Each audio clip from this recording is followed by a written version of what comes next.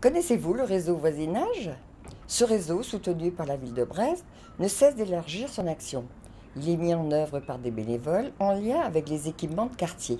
Il a pour but de lutter contre l'isolement social des personnes âgées en leur proposant des accompagnements pour se rendre à des activités de loisirs, des spectacles ou encore des animations. Comment les bénévoles organisent-ils les rencontres avec les personnes accompagnées? En fin de compte, les bénévoles tiennent des permanences une fois tous les 15 jours au sein soit du MPT, soit d'un patronage laïque ou d'un centre social. Les bénévoles donc centralisent et réceptionnent les demandes et pour mettre ensuite en place les accompagnements. Madame Pervet, bonjour, c'est Angélique à la Maison pour tous. Vous allez bien?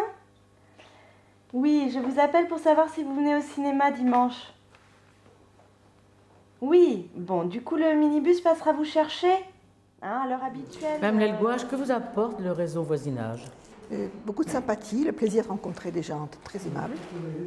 Et comment faites-vous pour avoir le service à la demande? C'est Corinne qui nous contacte et ensuite Jean-François vient nous chercher. Jean-François, c'est qui? Il fait partie du SAMU social. D'accord, donc vous êtes véhiculé par une... Autrement, je ne pourrais pas de toute façon. D'accord. Donc c'est un lien vraiment entre moi et l'extérieur. Mélanie, quels sont vos partenaires sur la ville de Brest? Alors le réseau voisinage donc est mis en œuvre sur les quartiers donc par les bénévoles et les équipements de quartier et coordonné par l'ORB, l'Office des retraités brestois.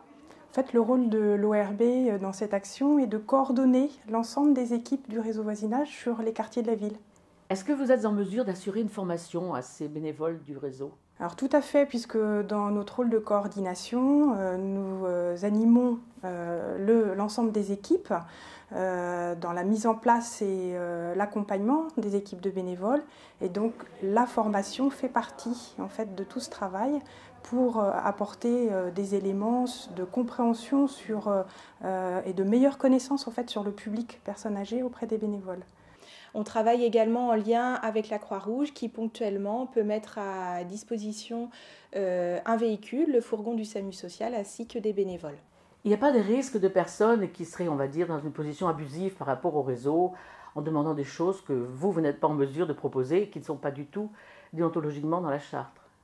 Les bénévoles expliquent très clairement que le réseau voisinage, c'est uniquement pour accompagner vers des activités de loisirs. Je me permets d'ouvrir. Bonjour. Bonjour Madeleine. Je suis un petit peu en retard. Excusez-moi. Ça ne concerne pas du tout l'accompagnement aux rendez-vous médicaux, pour les courses. Et puis l'accompagnement vers les activités de loisirs doit se faire en priorité sur le quartier, voire ponctuellement sur la ville de Brest, mais en aucun cas ce sont des accompagnements en dehors de la ville.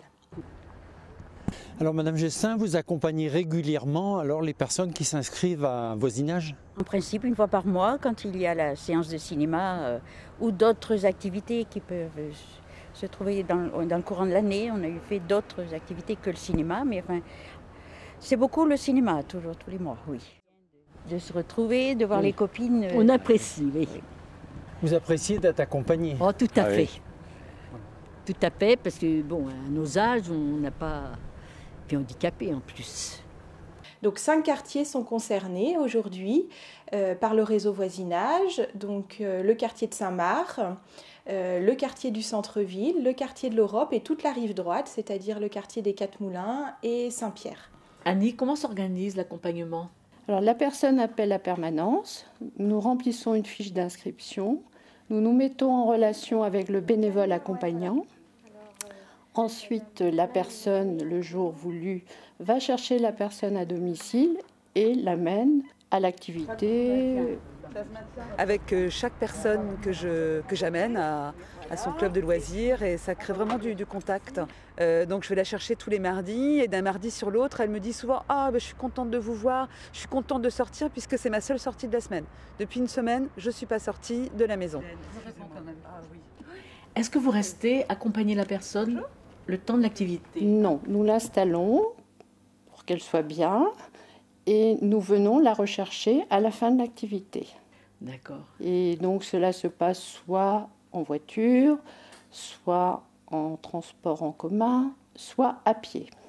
Et en voiture, c'est vous qui véhiculez, c'est vous qui assurez aussi les frais, bien sûr? Bien sûr. D'accord, c'est une grande générosité, je trouve, d'être bénévole à voisinage. C'est pour moi quelque chose de tout à fait normal. Quand on s'investit, on va jusqu'au bout.